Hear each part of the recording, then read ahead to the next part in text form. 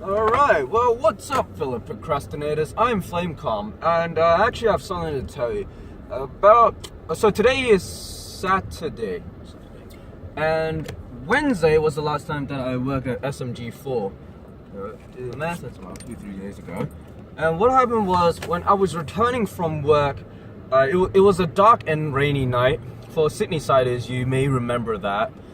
It was really hot, like in the lead up to it, and then it just all came pouring down. Typical summer storms. Changed, but yeah. And what happened was I was at what's the name of the intersection? I can't remember. It was like Epping Road and some other intersection, and it was a particular spot that had a red light camera. It was really dark, and then I was traveling pretty much the normal speed limit. And what happened was I was about 1 or 2 seconds away from the yellow light. It had just turned yellow when I was there, and so I braked. But then I thought I had already crossed the stop line, so then I sped up to keep going, because once you cross the stop line, you are safe to go. So then I kept going, and then all of a sudden I see a flash at my right side.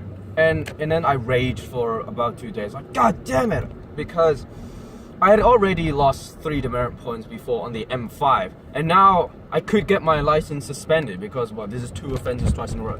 Or this offense could just reduce another 3 demerit points, and I could have just 1 demerit points left, so that I can just keep driving. I'm hoping that's the case. But then that's the best case scenario. But then an even better scenario. I know that nothing surpasses the word best, but I'm hoping I'm actually able to appeal the impending letter that's gonna say this car was caught at this road, is this used, and then hopefully on the letter there are some instructions as to how to appeal it. But then every instructions I've seen online so far is that you have to go to your local magistrate and something, and that costs money, and it's pretty much impossible to appeal it without a traffic lawyer. And I'm like, what? A traffic lawyer?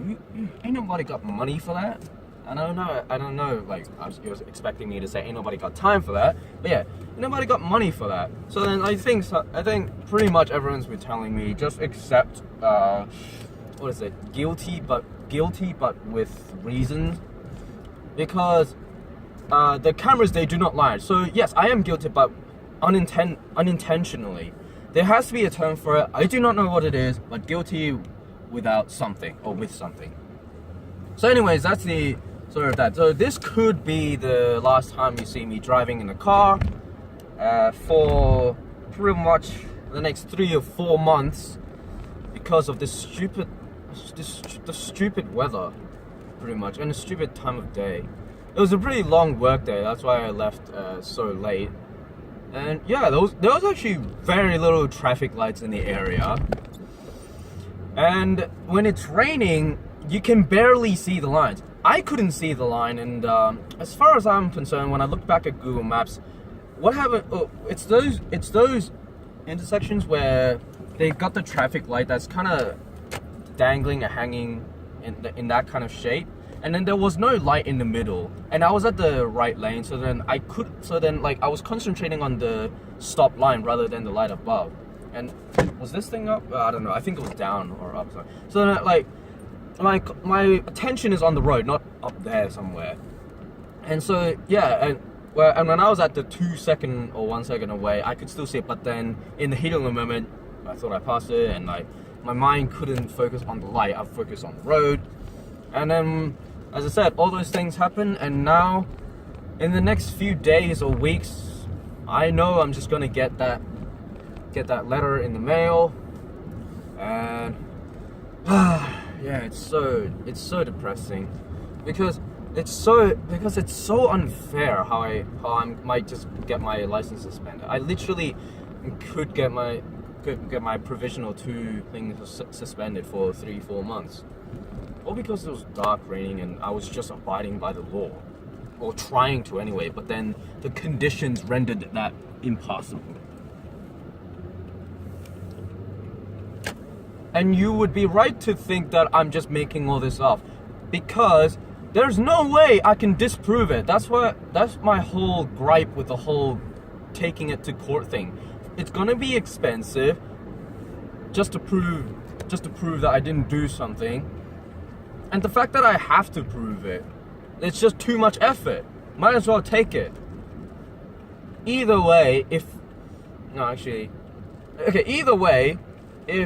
I only get reduced 3 demerit points, I'd still be able to drive. But if I'm unable to drive, then after 3 or 4 months waiting, then I'll be able to drive again. Either way, I will be able to drive, hopefully. But still, either case, that's just depressing. Oh my god.